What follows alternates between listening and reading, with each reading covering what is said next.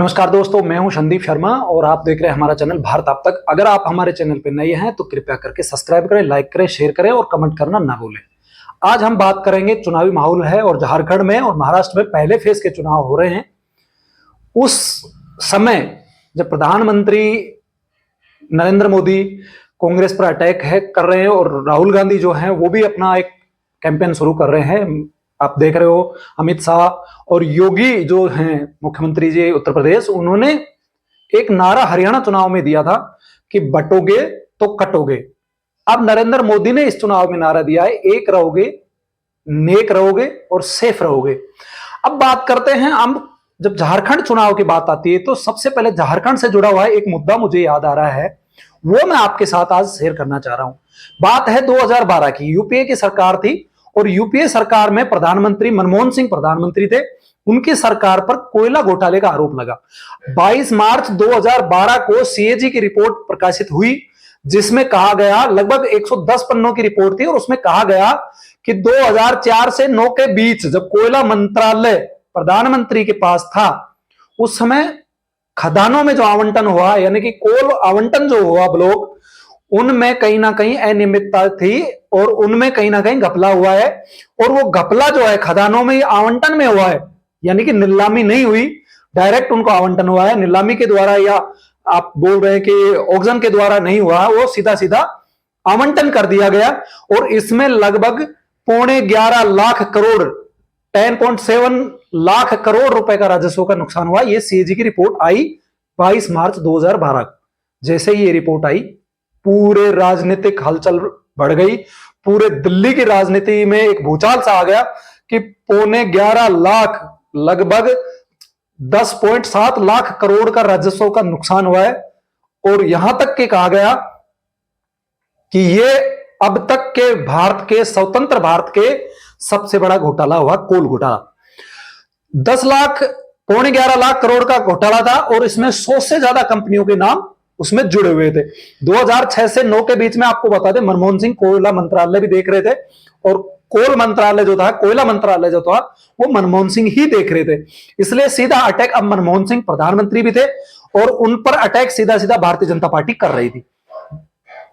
BJP के सांसद और तेज तर्रार नेता उस समय प्रकाश जावड़ेकर, उन्होंने एक प्रेस वार्ता की और प्रेस वार्ता में कहा कि यह सरकार लूट की सरकार है और 10 लाख करोड़ से भी ज्यादा का लूट इन्होंने किया है और इसके लिए प्रधानमंत्री मनमोहन सिंह जिम्मेदार हैं। सीधा आरोप, भारतीय जनता पार्टी मुखर हो गई। और जब उन पर, सरकार पर घोटालों का आरोप लग रहा था, उसी समय यह रिपोर्ट सीएजी की आ गई। राजनाथ सिंह ने भी आजादी के बाद इसको पहली सरकार बताई जो करप्शन में, इतना बड़ा करप्शन उन्होंने किया है। आपको बता दूं, उसी समय अन्ना हजारे का आंदोलन भी शुरू हो रहा था।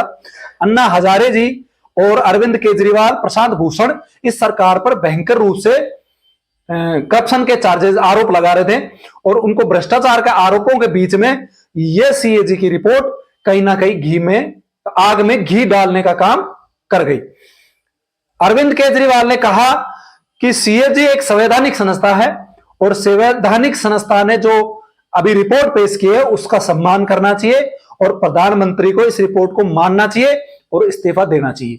ये अरविंद केजरीवाल जो दिल्ली के पूर्व मुख्यमंत्री थे, अभी नहीं है, उस समय अन्ना हजारे के आंदोलन से जुड़े हुए थे। प्रशांत भूषण, अरविंद केजरीवाल और बहुत सारे लोग जो करप्शन के खिलाफ लड़ रहे थे और यूं कहूं कि corruption and anti corruption of India जिसको बोलते हैं, एक मूवमेंट चलाया था, उसमें वो सब भागीदार थे। पीएम चूंकि कोयला मंत्री भी थे तो उन पर अटैक होना स्वाभाविक था। सरकार ने ऐसी ऐसी कंपनियों को वो कोल ब्लॉक्स आवंटन किए जो आप सोच नहीं सकते। अंडरवियर बनाने वाली कंपनी, मसाले, पान मसाले बनाने वाली कंपनियों को भी आवंटन, खान का जिनका कोई अनुभव है ही नहीं, जिनके पास जीरो, शून्य जिसको बोलते हैं, कोई अनुभव नहीं, उनको भी कहीं ना कहीं खान आवंटन कर दी गई। यह एक साफ दिखाता है कि कहीं ना कहीं एक बड़ा घोटाला तो था, ये एक बड़ा घोटाला था। और उनको जैसे ही वो खान आवंटित हुई, उसके बाद में कुछ दिन बाद वो उन लोगों को अच्छे दामों पर वो खान किसी थर्ड पार्टी को बेचना शुरू कर दिया। 29 मई 2012 को पीएम का बयान आया और उन्होंने कहा कि अगर ये आरोप मुझ पर साबित होते हैं तो मैं राजनीतिक रूप से संन्यास अपना ले लूंगा। सीबीआई जांच की मांग उठने लगी और प्रकाश जावड़ेकर और आपके हंसराज अहीर की सिफारिश पर तत्कालीन प्रधानमंत्री मनमोहन सिंह ने सीबीआई जांच की अनुशंसा कर दी और सीबीआई जांच शुरू हो गई। जीबी अगस्त 2012 में सीएजी ने दोबारा से एक रिपोर्ट प्रकाशित की और उसमें कहा कि जो 10 लाख करोड़, पौने 11 लाख करोड़ का जो घोटाला राजस्व नुकसान था, वो हमें अब 1,86,000 करोड़ का निश्चित रूप से लग रहा है। हमारी रिपोर्ट जो है 1,86,000 करोड़ का आकलन कर रही है कि 1,86,000 1.86 लाख करोड़ का घोटाला हुआ है। अरुण जेटली जी ने कहा कि सरकार ने जानबूझकर देरी की सीबीआई जांच में। जब उन्होंने कहा कि सीबीआई की जांच करने में इतनी देरी क्यों की, तो उसने कहीं ना कहीं आरोप में फिर गिर गए मनमोहन सिंह, और उन्होंने कहा कि ये जो सरकार है ये जांच करने में देरी की और इसके कारण सबूतों को मिटाया गया है। आगे क्या क्या होता है वो भी आपको मैं बताऊंगा। आप सोच करके हैरान रहेंगे कि उस समय की सरकार करप्शन में कितनी डूबी हुई थी और उस समय मनमोहन सिंह कितने लाचार प्रधानमंत्री थे। इस वीडियो में आपको एक एक चीज में पूरी डिटेल्स बताऊंगा। सितंबर 2012 में मामला सुप्रीम कोर्ट में पहुंच गया और 194 खदानों को आवंटन जो हुआ था उनको निरस्त करने की एक पीएलआई लगाई गई। सुप्रीम कोर्ट ने इस पर सुनवाई शुरू की। मार्च 2013 में सुप्रीम कोर्ट ने कहा कि सीबीआई जांच सरकार या अधिकारियों से शेयर नहीं करेगी। सीबीआई चूंकि जांच कर रही थी तो सुप्रीम कोर्ट ऑफ इंडिया ने कहा कि आप जो जांच कर रहे हो उसकी मॉनिटरिंग हम करेंगे, सीधा इसकी रिपोर्ट हमें देंगे, आप सरकार को नहीं बताएंगे कि आपने जांच में क्या पाया, ना आप किसी अधिकारी को ये रिपोर्ट लीक करेंगे। और ये हेल्पनामा उन्होंने सीबीआई ने दिया। लेकिन कुछ महीने यानी कि 5 महीने 6 महीने के बाद ही, यानी कि 3-4 महीने में ही ये सीबीआई अपनी बात से मुकर गया और 6 मई 2013 को सीबीआई ने कहा और हेल्पनामा पेश किया कि हमने जो रिपोर्ट तैयार की है, हमने जो जांच की है, कानून मंत्री से हमने साझा किया है और अधिकारियों को भी इसको साझा किया है। यानी कि सीबीआई की क्रेडिबिलिटी पर सीधा सीधा एक प्रश्न चिन्ह जो था वो लगा कि आपको जब सुप्रीम कोर्ट में आपने मना कर दिया कि हम ये सरकार का इन्वॉल्वमेंट नहीं करेंगे, उसके बावजूद भी सीबीआई ने सरकार के कानून मंत्री और उनको ये रिपोर्ट लीक की, अफसरों को लीक की। सुप्रीम कोर्ट ने कहा सरकार सीबीआई की स्वतंत्रता का सुनिश्चित करे। सुप्रीम कोर्ट ऑफ इंडिया ने कहा था तत्कालीन, जब आज जो सीबीआई और ईडी पर आरोप लगा रही है कांग्रेस या अन्य लोग, उनके लिए मैं बता दूं सुप्रीम कोर्ट ऑफ इंडिया ने कहा कि सीबीआई की स्वतंत्रता सुनिश्चित करे भारत सरकार। और अदालत ने यानी कोर्ट ने कहा कि सीबीआई तो एक पिंजरे में बंद तोते की तरह है जो अपने आका की भाषा बोल रही है। ये कब के? मनमोहन सिंह सरकार के लिए कहा। मनमोहन सिंह प्रधानमंत्री थे, कांग्रेस की अगुवाई वाली यूपीए की सरकार थी, सुप्रीम लीडर जो थी सोनिया गांधी थी। और ये कहूंगा कि सुपर पीएम जो कहा जाता है, क्योंकि कैबिनेट के ऊपर भी एक विचार समिति या कहें कि आपका सुझाव समिति जो बनाई गई थी उसकी चेयरपर्सन सोनिया गांधी थी। यानी कि आप कहेंगे गैर संवैधानिक तरीके से एक चुनी हुई सरकार के ऊपर एक कमेटी बनाना और वो उसको नियंत्रित करना, ये मनमोहन सिंह की सरकार में हो चुका है।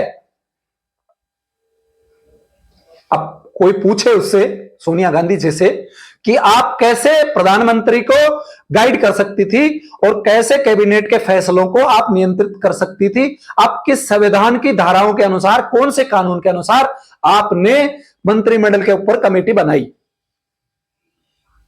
ये मामला यही नहीं रुका, सुप्रीम कोर्ट ने घोटाले की जांच कर चुके, क्योंकि सरकार में एक अधिकारी थे, उनका नाम भी मैं आपको बताऊंगा, रविकांत नाम का एक अधिकारी था, जिनको सरकार ने जांच से हटा दिया था। सुप्रीम कोर्ट ने वापस उनको कहा कि ये जांच जो कोल घोटाले की है, रविकांत को वापस टीम में शामिल किया जाए और वो इस जांच को आगे बढ़ाएं। 10 मई को अश्विनी कुमार को कानून मंत्री से इस्तीफा देना पड़ा, क्यों देना पड़ा? मैंने आपको बताया ना, सीबीआई ने कानून मंत्री अश्विनी कुमार को वो फाइल ले जाकर दिखाई कि हमने ये जांच की है। ये सीबीआई की उस समय, आज जो सीबीआई और ईडी का बता रहे हैं दुरुपयोग कर रहे हैं, दुरुपयोग कर रहे हैं, दुरुपयोग करना किसे कहते हैं ये आपको मैं बता रहा हूं। 10 मई 2013 को अश्विनी कुमार ने कानून मंत्री के रूप में अपना त्याग पत्र दे दिया कि मैं ये त्याग पत्र देता हूं, क्योंकि सुप्रीम कोर्ट ने कहा कि आप ये रिपोर्ट किसी भी मंत्री को नहीं दिखाएंगे या किसी भी आप सरकार के अधिकारी को नहीं दिखाएंगे। लेकिन सीबीआई ने वो सारी रिपोर्ट कहीं ना कहीं सरकार के दबाव में थी और वो निष्पक्ष जांच नहीं कर रही थी। अगस्त 2013 में कोयला खदानों की फाइलें गायब होने की खबर आ गई। अब एक नया देखो ड्रामा, 13 मई को मीडिया में आया कि कोयला घोटाले से जुड़ी फाइलें जो है वो गायब हो गई। 2014 में घट करके इन सब चीजों के कारण, घोटालों के कारण, चाहे वो कोल घोटाला हो, कॉमनवेल्थ घोटाला हो, आपका 2G स्पेक्ट्रम हो, बहुत सारे घोटालों का आरोप लगा है। और इंडिया अगेंस्ट करप्शन जो मूवमेंट चला था उसमें भी एक भूमिका निभाई।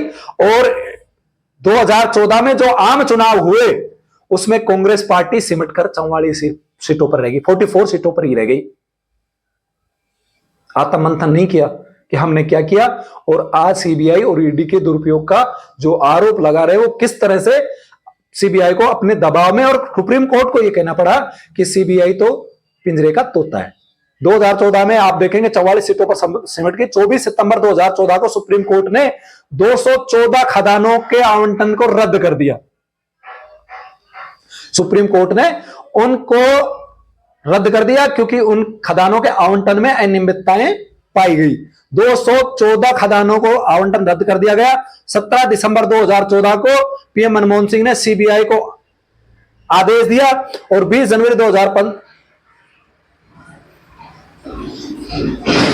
17 दिसंबर 2014 को पीएम मनमोहन को सीबीआई ने एक नोटिस भेजा कोर्ट में, और कोर्ट से कहा कि हम मनमोहन सिंह से बातचीत करना चाहते हैं, उनका स्टेटमेंट नोट करना चाहते हैं। यानी कि कहीं ना कहीं सीधा मनमोहन सिंह को आरोपी बनाने का प्रयास किया गया।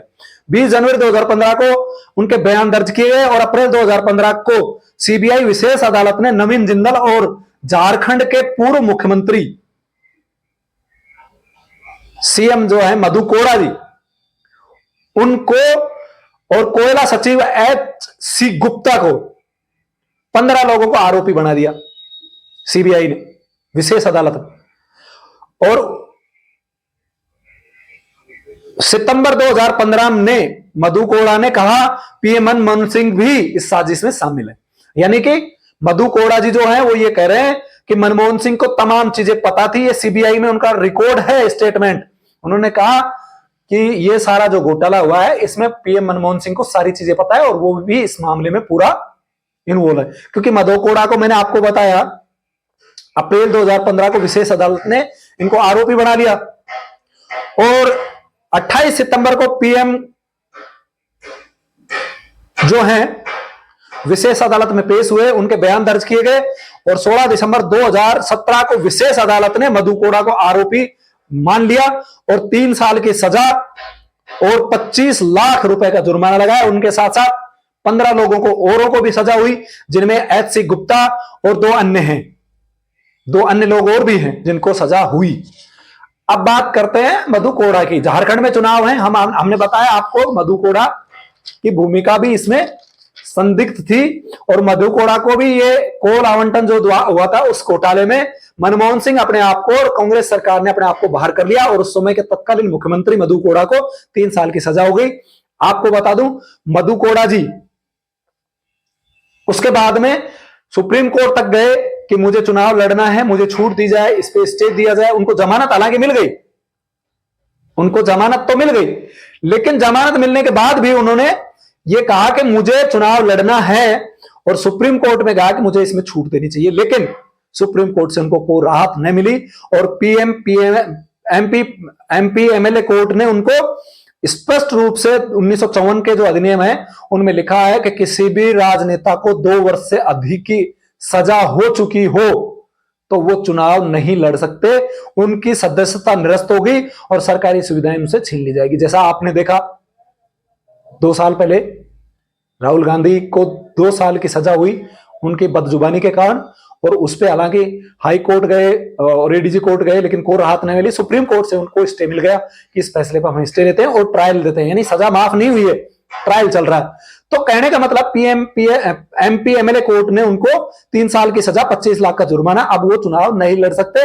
लेकिन सुप्रीम कोर्ट में वो गए और उन्होंने कहा कि हमें चुनाव लड़ना है, हमें इस पर स्टे दीजिए, इस फैसले पर, और सुप्रीम कोर्ट से उनको कोई राहत ना मिली। 26 फरवरी 2024 को लोकसभा चुनाव से जस्ट पहले मधु कोड़ा की पत्नी, हालांकि आज ये बहुत दुर्भाग्यपूर्ण है, मैं जो आपको बता रहा हूं, मधु कोड़ा की पत्नी गीता कोड़ा 26 फरवरी 2024 को भारतीय जनता पार्टी में शामिल हो गई।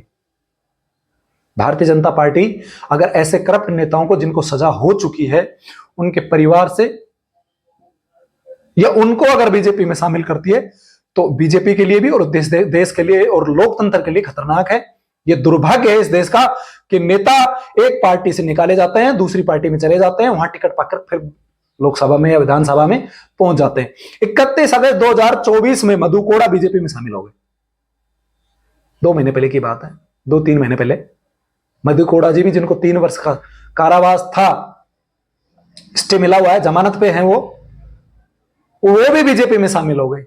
अब लोग जो आरोप लगा रहे हैं कि बीजेपी में जाओ और वॉशिंग मशीन की तरह धुलकर साफ हो जाओ, आप क्या कहेंगे इसके बारे में? कहीं ना कहीं ये मामला, उनमें सारी बातें तो झूठी नहीं है, कुछ ना कुछ तो सच्चाई है। 15 सितंबर 2024 को पीएम मोदी की जो जमशेदपुर की जो सभा थी, जो रैली जमशेदपुर में की प्रधानमंत्री ने, उसमें मधु कोड़ा, उनकी पत्नी गीता कोड़ा भी प्रधानमंत्री नरेंद्र मोदी के साथ मंच साझा किया, उन पर खड़े हुए थे। ये भारत के प्रधानमंत्री जो जीरो टॉलरेंस की बात करते हैं, वो प्रधानमंत्री के साथ क्या कर रहे थे? सोचना चाहिए नरेंद्र मोदी जी को कि नरेंद्र मोदी जो अपने आप को एक स्ट्रॉन्ग लीडर के रूप में दुनिया के सामने पेश कर चुके हैं, कर रहे हैं, और नो डाउट वो देश के लिए अच्छा कर रहे हैं और एक मजबूत नेता हैं, लेकिन वो क्या जो करप्ट लोग हैं, जो भ्रष्टाचारी लोग हैं, उनके साथ अपना मंच शेयर करेंगे? क्या बीजेपी में ऐसे लोगों की एंट्री होनी चाहिए? आप इस बारे में क्या सोचते हैं, कमेंट करके जरूर बताएं। तब तक के लिए नमस्कार।